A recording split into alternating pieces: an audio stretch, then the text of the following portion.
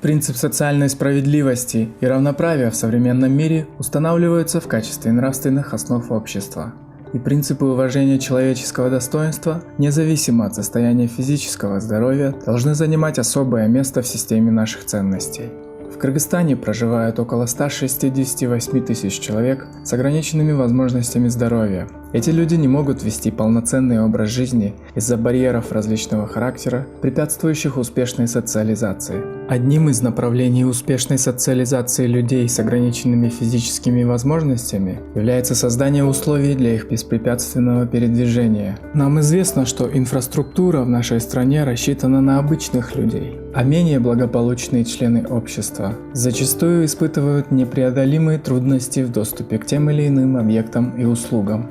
В рамках проекта ПРООН «Расширение доступа к правосудию в Кыргызстане» в зданиях 3 местных судов Ошской области и Октябрьского районного суда города Бишкек созданы все необходимые условия для людей с инвалидностью. Эта инициатива направлена на то, чтобы улучшить доступ инвалидов к системе правосудия, а также для того, чтобы результаты инициативы служили наглядным примером правильного проектирования инфраструктуры для государственных и негосударственных субъектов страны. То, что здание Октябрьского суда стало доступным, это заметное достижение последних лет именно в плане прав лиц с инвалидностью в сфере правосудия.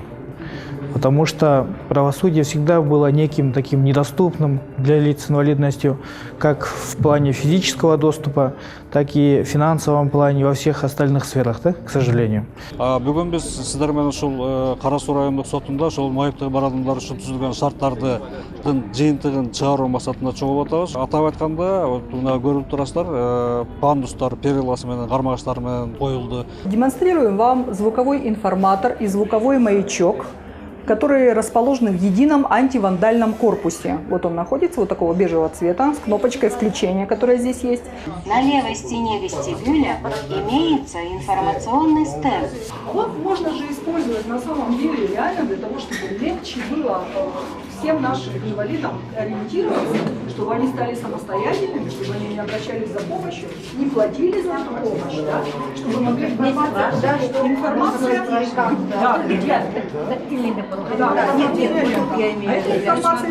с режимом работы на двух языках и где расположены кабинеты.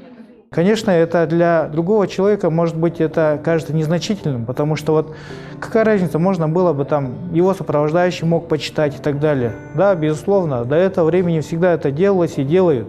Но когда сам человек, имеющий инвалидность, сам имеет возможность ознакомиться с нужной информацией, это большое достижение, и это в первую очередь повышение самооценки самого лица с инвалидностью.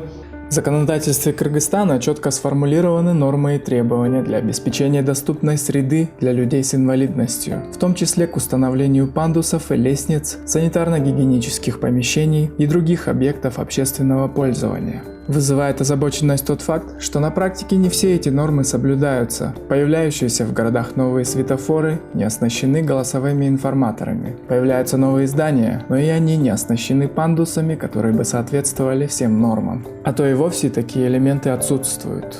Не говоря уже о дополнительных удобствах, как тактильные полосы на тротуарах. Это мелочь, но с другой стороны, эту мелочь, оказывается, можно делать по-разному. И к тому есть масса других примеров, когда есть как бы формально пандус, есть доступ в здание, но, к сожалению, не без должного уклона, и это получается просто формальность. Да? Устранение существующих барьеров способствовало бы более успешной интеграции людей с инвалидностью в социальные процессы, а общество могло бы выиграть от использования их труда, способностей и талантов. Поэтому вопрос равного доступа к социальным объектам и услугам очень важен и требует понимания и поддержки со стороны всех граждан, действенных мер со стороны государства.